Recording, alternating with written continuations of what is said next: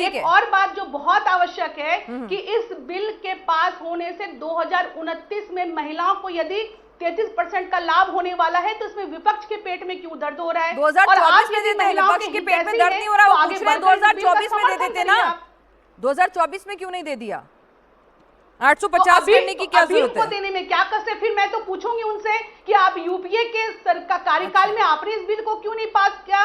क्यों आप राजद और सपा के आप उनके प्रेशर में आ गए? ठीक है एजिया यादव, ठीक है भाई, परिसीमन आज भी होना है, परिसीमन नई जनगणना के बाद भी होना है, ठीक है। तो फिर अगर आज ही हो जाता है, ठीक है भाई, बीजेपी ने 2011 से उसका मूड बदल गया, सत्ता में है वो, उन्होंने कहा ठीक है जी बहुत लेट हो जाएगा, 2029 में हम चाहते हैं कि महिला आरक्षण के साथ जाएं, और परिसीमन उन्होंने कहा था कि जरूरी है भाई, उनका यही था ना कि भाई पहले जनगणना, परिसीमन, फिर ये लागू, तो उन्होंने जनगणना 2011 वाली ले ली।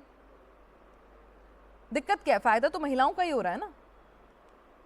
40 साल इंतजार किया, 5 साल इंतजार। बोलो। बोलिए।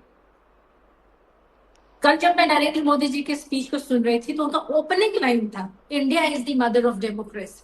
बहुत बड़ी बात, बहुत अच्छी बात बोली, लेकिन साथ साथ वो भूल रहे थे कि पॉलिटिकल डेमोक्रेसी तभी सक्सेसफुल होगा अगर सोशल डेमोक्रेसी को साथ लेकर के चला जाए। यहाँ पे नरेंद्र मोदी जी सोशल डेमोक्रेसी को साथ लेकर के नहीं चल रहे हैं। यहाँ पे वो भूल रहे हैं कि डेमोक्रेसी में जितनी सत्ताधारियों की इम्पोर्टेंस होती है, जरूरत होती है, विपक्ष के बिना डेमोक्रेसी हो ही नहीं सकता। ये चीज वो भूल रहे हैं। उनका मकसद क्या है? एक बार लागू हो जाए, क्रेडिट हम आपको देते हैं, फोटो में भी आप लोग रहिएगा, तो ले दे करके क्रेडिट और फोटो पे नरेंद्र मोदी जी बहुत फोकस कर रहे हैं। अभी आप लोग किस पे फोकस कर रहे हैं? आप बता दीजिए। चलिए, वो तो क्रेडिट लेना चाहते हैं, आप किस पे फोकस कर रहे हैं?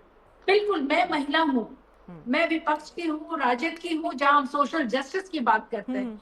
अभी मेरी बहन बोल रही थी कि आरजेडी ने फाड़ दिया। क्यों फाड़ दिया? आपको मालूम है?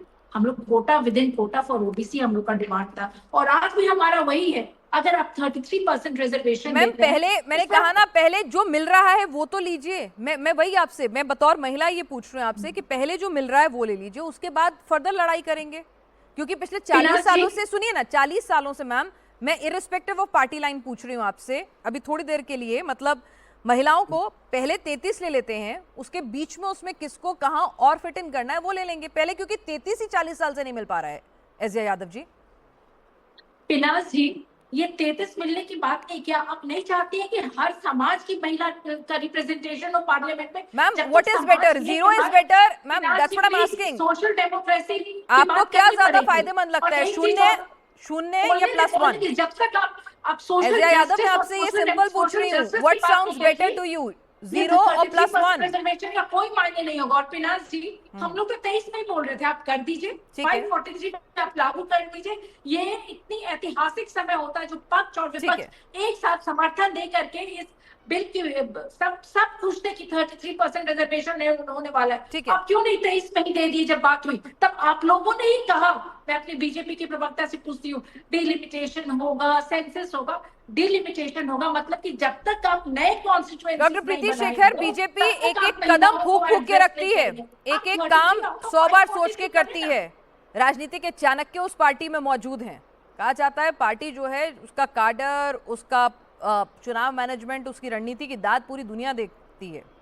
तो ऐसे में आप लोगों को नहीं पता था, आप इतने अनजान थे कि आपको नहीं पता था आप क्या विधेयक ला रहे हैं, क्या बिल पारित करा रहे हैं, उसमें आप क्या लाइनें लिख रहे हैं, जनगणना में कितना वक्त लगता है, परिसीमन में कितना वक्त लगता है, 2029 तक ये नहीं हो पाएगा। और मैं आपको ये बता दूं, ये बिल 2023 में आया है, उससे पहले कोविड हो चुका था, और आपने वो जो लाइन लिखी है ना उस बिल में जो थी, मतलब सरकार ने वो जनगणना उसके बाद की बात कही है।